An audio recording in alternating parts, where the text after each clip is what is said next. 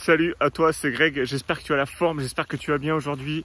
Nouvelle vidéo, je suis très heureux de te retrouver pour qu'on parle enfin d'excuses, toi et moi, et qu'on se dise les choses une bonne fois pour toutes. Parce que sincèrement, ça me gonfle un peu en fait de vous entendre dire je suis trop vieux, je suis trop jeune, j'ai des enfants, je suis fatigué, je manque d'argent. Toutes ces choses-là commencent un petit peu à m'irriter, donc je me suis dit ça serait bien qu'on fasse une vidéo sur ce sujet, toi et moi, et qu'on en parle un bon coup, une bonne fois pour toutes, pour en finir avec les excuses. Donc si c'est pas encore fait, abonne-toi, clique sur la petite cloche, n'oublie pas de mettre un pouce like en dessous de cette vidéo aussi, c'est extrêmement important pour moi, pour le référencement de cette chaîne et pour voir si le contenu te plaît. Donc n'oublie pas de mettre un énorme pouce si le contenu te plaît. Je vais prendre quelques exemples concrets. Dans les excuses, Mohamed Ali, tu le connais, c'est un boxeur très connu. Il se mettait à compter les répétitions à la musculation quand il commençait à vraiment avoir mal au bras. Donc du coup, tu vois un peu le style de mentalité qu'il faut quand on veut devenir un grand sportif. J'aime bien l'exemple de Phil Knight, donc le fondateur de Nike, des chaussures que tout le monde connaît. Lui, il a carrément commencé à faire ses premières distributions de chaussures dans le coffre de sa bagnole. Donc il a commencé vraiment depuis zéro, quoi, vraiment avec les moyens du bord. Comme il s'appelle, Arnold Schwarzenegger, lui avait un slogan que j'aime beaucoup, c'est No Pain, No Gain. Alors si tu ne parles pas anglais, je vais te le traduire. C'est si tu n'as pas de douleur, tu n'as pas de progression. Donc eux, ils considéraient que la douleur, c'était vraiment quelque chose de nécessaire pour progresser. Et donc du coup, ils en ont carrément fait un slogan. Donc j'aime beaucoup ce slogan-là. Ensuite, tu as des entrepreneurs comme Elon Musk qui lui carrément dormait dans ses bureaux, c'est-à-dire qu'en fait les employés le matin venaient le réveiller parce qu'il dormait sur un canapé et du coup ils venaient mettre un coup de pied dans le canapé pour lui dire écoute maintenant Elon c'est l'heure d'aller bosser. Donc en fait ils n'avaient pas de putain d'excuses quoi. Ils n'étaient pas là en train de pleurnicher sur leur sort, en train de se dire oh j'y arriverai pas, c'est trop dur, c'est trop fatigant, c'est trop loin, c'est trop... Non, ils passaient juste à l'action.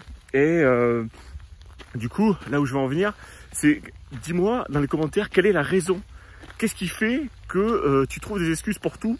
Qu'est-ce qui fait que finalement tu n'assumes pas tes faiblesses, tu n'assumes pas qui tu es? Il y a forcément des pans de ta personnalité où tu n'es pas bon, ça c'est obligatoire. Moi aussi il y a des moments où il y a des endroits où je suis pas très bon. Ben, du coup c'est pas la peine de se cacher derrière, c'est pas la peine de se dire oh ben finalement bon ben on passera à autre chose. Non, il faut les affronter, il faut dire ok je peux pas avancer parce que j'ai tel problème, et du coup c'est quoi la solution? Est-ce que je dois me remettre en question moi perso, ou est-ce que je dois tout simplement déléguer cette tâche à quelqu'un qui est bien meilleur que moi, qui est bien plus compétent sur le sujet, et du coup comment je peux le rémunérer pour qu'il fasse du boulot bien meilleur que le mien et que j'arrête de m'apitoyer sur mon sort et de ne pas assumer mes faiblesses, ok? Donc ça, c'est quelque chose qui est, à mon sens, fondamental. Ensuite, tu as ce qu'on appelle la chance. Alors là, la chance, ça, c'est quelque chose de fabuleux. Pour moi, c'est la meilleure excuse du monde. Quand les gens te disent, quand je dis aux gens combien je touche de loyer mensuellement et qu'ils me disent « Oh, mais t'as de la chance de toucher autant de loyer », intérieurement, je boue. En fait, il y a quelque chose en moi qui fait que je pense que... Tu vois, j'essaie d'être poli et respectueux, mais j'ai bien envie de violence physique à ce moment-là, tu vois, parce que la chance, ça n'a pas tellement de rapport avec ce que j'ai dû fournir comme effort ces dernières années, tu vois.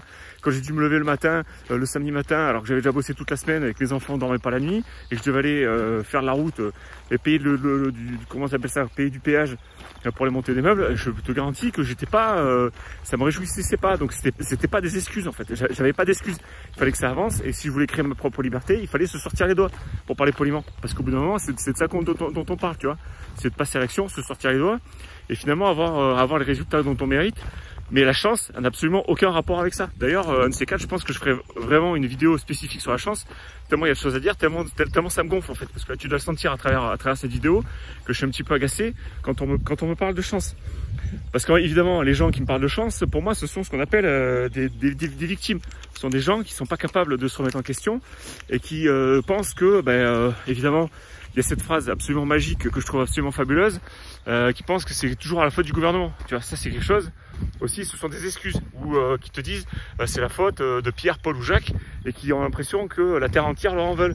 Ça porte un nom, ça s'appelle être une putain de victime, tu vois. Alors désolé pour les gros mots dans cette vidéo, c'était pas prévu, mais ça s'appelle être une victime, c'est-à-dire que tu cherches, tu en permanence, tu as l'impression que tu es sous le feu des projecteurs et que du coup on cherche par tous les moyens à t'accabler et à te mettre plus bas que terre. Alors que c'est parfaitement faux. Ok, donc du coup maintenant le nouvel état d'esprit qu'il va falloir que tu adoptes après cette vidéo, c'est ce qu'on appelle être proactif, c'est-à-dire passer à l'action, c'est-à-dire mettre en place des choses dans ta vie pour que au final les excuses soient derrière toi et que tu aies les résultats dont tu as envie et que tu mérites, parce que tu te seras bougé pour les avoir et que tu en auras définitivement fini avec les excuses, tu vois. Ça c'est vraiment une plaie, quoi. Se dire qu'on est une victime et qu'on se dit ouais voilà finalement tout le monde m'en veut, c'est pas possible, j'y arriverai pas. Ben écoute, si tu n'y arrives pas, ben écoute, passe à autre chose, quoi. Retourne sur ton canapé, retourne sur Netflix et entre guillemets, laisse ceux qui ont envie avancer. Forcément, il y aura toujours la concurrence, forcément, il y aura toujours des nouveaux acteurs sur le marché, forcément, il y aura toujours des nouvelles opportunités. Mais les excuses, pour moi, ça, c'est pas recevable, c'est pas acceptable. Tu vois, on peut pas passer son temps à juste se lamenter sur son sort. Il faut vraiment avancer, fixer des objectifs et faire le tri dans sa vie, définitivement. Faire le tri dans ses faiblesses, les hiérarchiser et se dire voilà comment je peux les compenser et comment je peux transformer surtout ces faiblesses en force, parce que c'est surtout ça dont il s'agit aujourd'hui dans cette vidéo. C'est-à-dire que si tu as des faiblesses, eh bien, il faut que tu apprennes à les transformer en force. Si tu es, je sais pas moi, les gens qui sont handicapés, j'ai en tête un Canadien dont j'ai perdu le nom, qui a réussi à escalader un sommet sans pieds et sans jambes. Donc c'est quelqu'un qui était très fortement handicapé.